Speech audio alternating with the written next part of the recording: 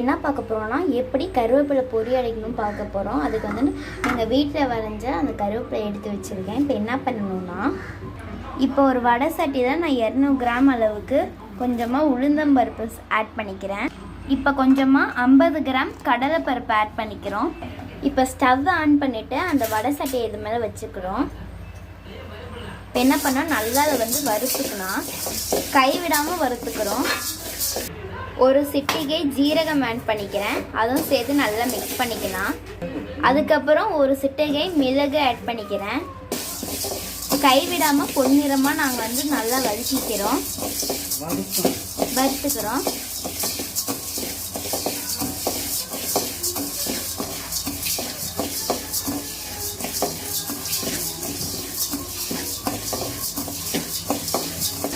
High ஃப்ளேமில் வச்சு நல்லா வதக்கிக்கோங்க.